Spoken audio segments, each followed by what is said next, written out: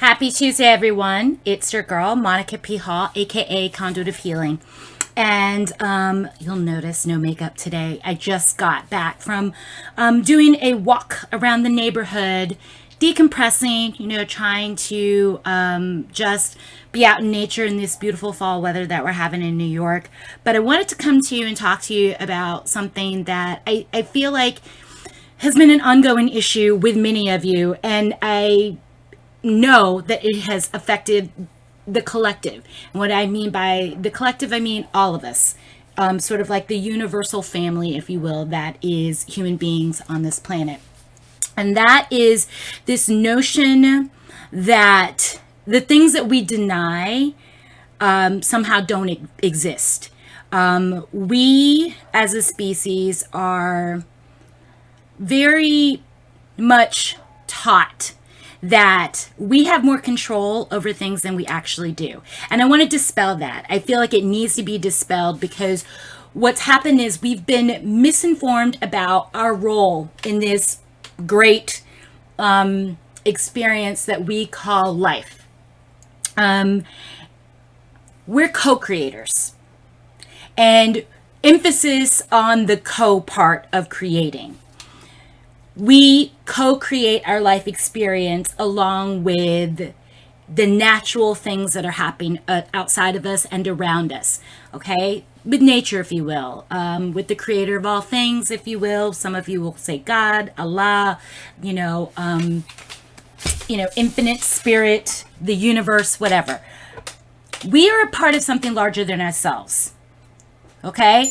We are part of something larger than ourselves. Excuse me, my cell phone went off. Therefore, our power, if you will, it does have limitations, but it's also limitless. Now, what do I mean by that? What I mean by that is this. We have no limitations when it comes to how we interact or react to what's going on outside of us, okay? But we are limited in our ability to control what goes on outside of us. You cannot control anything but yourself. And when we attempt to do that, we are out of alignment, and the universe shows up to kind of nudge, push, or smack the crap out of us and go, get back in your lane. And therefore, with this knowing, and maybe it's a subconscious knowing, that we are limited in our control, we fear moving forward in our lives because we don't know what the outcome is going to be. Is it going to be bad? Is it going to be good? Will I be happy at the end of it? Will I, be miserable? Am I going to get the job that I want? Am I going to get the love interest that I want? Am I going to get what I want? And that's just not how it works, y'all. I'm sorry, but I'm not sorry to tell you this information because it's going to help you if you embrace it. It doesn't matter whether or not you fear the outcome of something, it's going to happen anyway, whatever the outcome is. That's not where your power is. Your power is in how am I going to react to what's coming? How am I going to react to growth? How am I going to react to change? How am I going to take a hold of my emotions, take a hold of my fear, take a hold of my doubt, and show up to meet this opportunity? That's where your power is. Okay, so fearing it basically means I'm going to stand still and I'm going to let life happen to me and around me. And if I don't get what I want, then I'm going to be mad, angry, bitter, sad. I'm going to have a tantrum. And, so you're mad. So you're angry, so you're bitter, so you had a tantrum. When has that ever made a real difference with what's happened around you? It doesn't. And so then people get angry because it didn't go down the way they wanted it to go down. So then, maybe they have a problem with their faith, or they have a problem with the idea of a creator, or they have, whatever. And I'm not saying that you need to have a definitive belief in anything, but you might want to start with believing in yourself. I'm saying you don't have to necessarily believe in any sort of higher power. But at the same time, we have to be pretty dense to not realize that a seed, if undisturbed and planted and watered and given proper amount of sun, is going to germinate and it's going to sprout. And then it's going to grow into a plant or a bush or a tree. And if it's left alone and not bothered for hundreds of years, it's going to become something amazing and big and great. That's what nature does. It just continues to grow if left undisturbed. Now, here's the part you might have forgotten. We're part of nature. I know. It's so easy to forget that part, that you once were little egg, little sperm, and they got together, and then, they collided and cells start splitting, and then there was a baby, and then at birth spirit entered the child, and that's you. That's your story. That's the story of all of us. And you know what? The cells keep splitting, and we keep growing, and we keep having experiences. At one point you were fearless, because if you learned how to walk, assuming you had the ability, regardless of whether or not you even had the ability, you had the instinctual desire to try to crawl, to try to walk, to try to speak. And that was probably the bravest time of your entire life, because the consequences of not getting what you want wasn't part of your consciousness yet, right?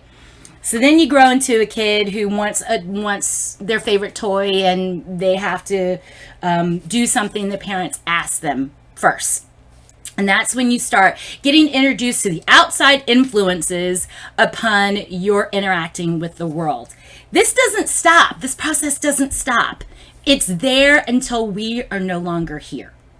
So I am struggling with this idea that at some point in time, you decided to start being afraid of the outcomes of your interaction with life outside of you, because you don't get what you want, because you can't control, because you might get hurt, you might get disappointed, you might get rejected. Guys, this is part of life too. Like, not every experience is going to be a win, but sometimes it's not a loss so much as it's a pause. And if you keep applying yourself, and if you keep working through a difficult moment, what you want is right there waiting for you. It just may not be the next 5 minutes, the next year, the next 5 years. But if you keep going, and if you keep allowing yourself to grow and allow yourself to transform, you're going to get there. That's inevitable. I wanted to say that. So here's the other thing about the unknown. It's not all unknown. Sometimes we get a gut feeling about a situation. Sometimes we get a gut feeling about a person. Sometimes we feel a little nudge to do one thing rather than another, or not to do something. And so now we're talking about our innate intuition. And we have been taught not to listen to that part of ourselves. Now, we all have it. You know how I know we all have it? Animals out in the world right now live off intuition and instinct all the time. Their life depends on it. And what we've forgotten is our lives depend on it too. So imagine completely being divorced by this innate ability to feel things and know things in your body that have been given to you to help guide you on your path forward. And then we say we don't know. A lot of times we do know. We can't necessarily put it into words, but we can feel it. A bad taste in your mouth, right? When we say, God, this person leaves a bad taste in my mouth, or this person, they make me feel like I need to take a shower, or this situation made me sick to my stomach. Those are all intuitive reactions to something or someone. And when you go beyond that, when you like dismiss it and go, oh, I'm going to do this thing anyway, and then you get this outcome where, you know, you're looking at yourself like, why didn't I just listen? I'm going to ask you the same question. Why didn't you just listen? Again, you've been taught that your intuition is something that you should doubt rather than something that you should embrace and follow. And that is why I have taken it upon myself to really teach the basics of intuition. Not like, hello, everybody's psychic. I don't dispute that. I do believe everyone is psychic. But something like intuition is so basic that babies do it. You know, they react to the tone of voice of a parent, or they'll react to a look of either love or disappointment or fear. There's no words that have been exchanged. We just know, right? I have used intuition many times to avoid situations where I would be in danger. And I'm sure everyone has had that experience of, like, you know, a prickly feeling or hairs, feeling the hairs on the back of our neck raise up. And that is your intuition saying, you know, danger, danger, danger, Will Robinson, you're in trouble, watch your surroundings, something's about to go down, and to prepare you for it. But what if we just did that in like our everyday lives? What if we did that in conversations with loved ones? What if we did that in business situations where we can allow ourselves to feel into a situation and know whether or not someone's telling us the truth, or whether or not we're being deceived or coerced, whether or not we're being lied to, or whether or not a person that when we're around them all the time, they just make us feel great. They are so encouraging. They are so loving. This is happening around us all the time, all the time. So I am looking to really break this down for people and help you recognize your intuition when it's trying to, get your attention, check in with yourself, and learn to really start following and your intuition, as well as letting yourself be guided. Because as I've already stated, you got to move forward no matter what. No matter what, you got to grow. If you're going to be here, if you're going to exist, if you're going to be embodied, you're going to grow.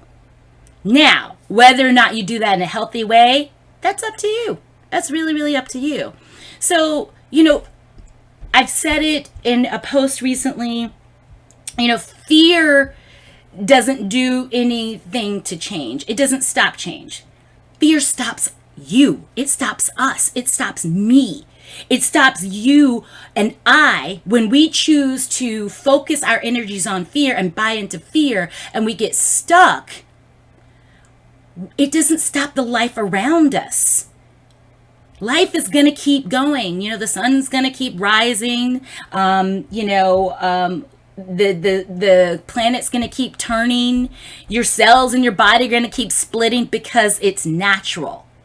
How we react to it, that's where our power is. That's where we can feel like we're having a say of what's going on. We have to grow, but how do you want to do it?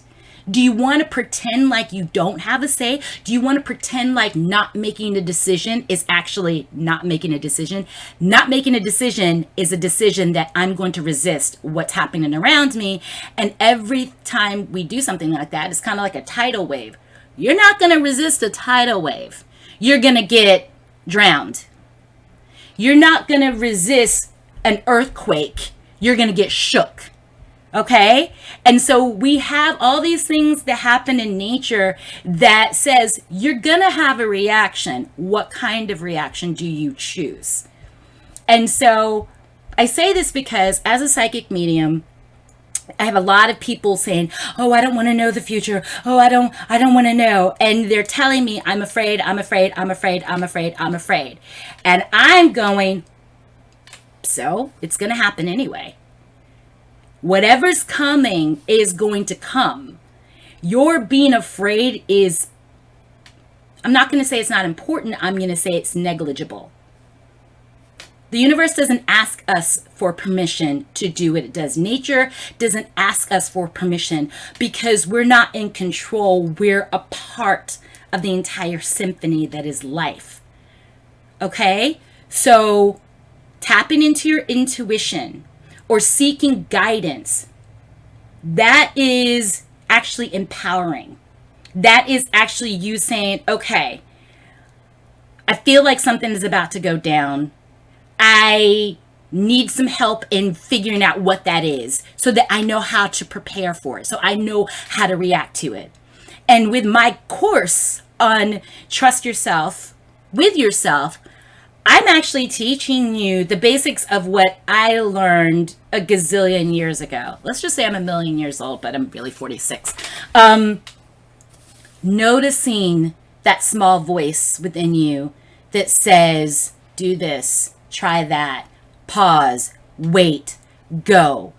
Noticing it, building a relationship with it, slowly building trust with it, and see how it changes your relationship with both yourself and the outside world. Maybe, just maybe, it's more about finding a way to flow with life as opposed to resisting it.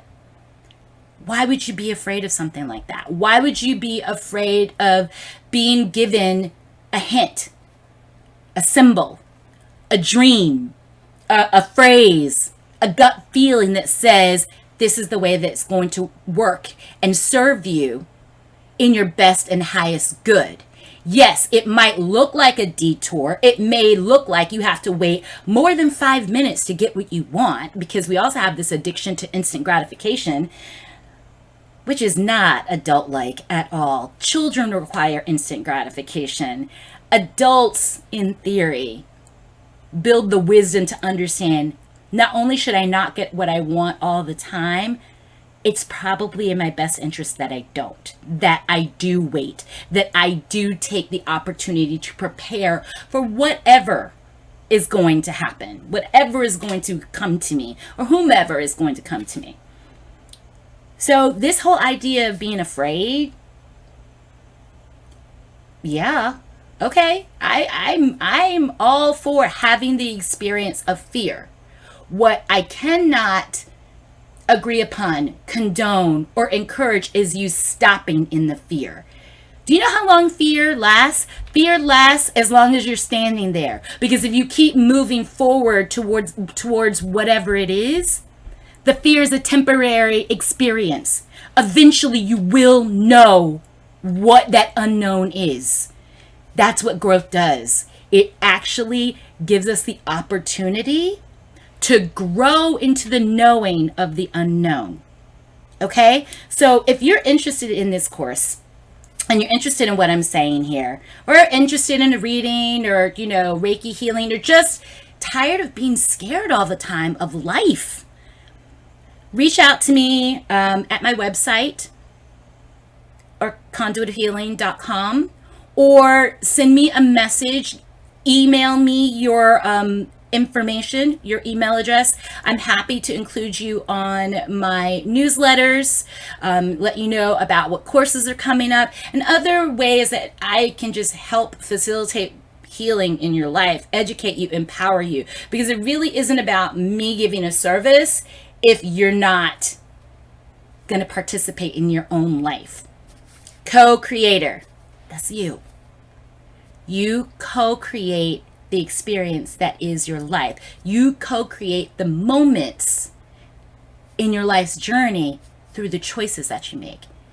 So wouldn't it behoove us to make more conscious choices and to be actively participating in our lives, as opposed to trying not to actively participate in any of it and then get upset and resentful when we don't get what we want? If you don't say yes, then you don't get yes. If you say no, you said no. And this is like a little bit of law of attraction. Like, the universe is always trying to work in your best and highest good. I fully believe that. I live that. I've seen it. But sometimes what's in your best and highest good on the surface looks like rejection. It looks like destruction, looks like sadness, looks like failure. It's not. It's a temporary moment in a long story that is your life. Okay? So thanks so much. Namaste. I appreciate you. And again, if you are interested in more of what I have to say, please subscribe to my channel on YouTube, but also reach out to me, send me your email, let me help keep you informed about all the things that I've already done and a lot more things that I have planned to help you raise your vibration, upgrade yourself, actually enjoy life rather than survive it. Namaste.